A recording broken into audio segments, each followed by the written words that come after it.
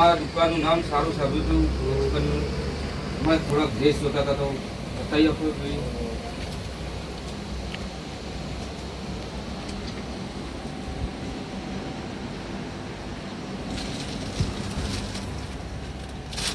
સારા સારા નામ સારું સાંભળ્યું તમારા દુકાનનું. એ અમે અવેલેબલ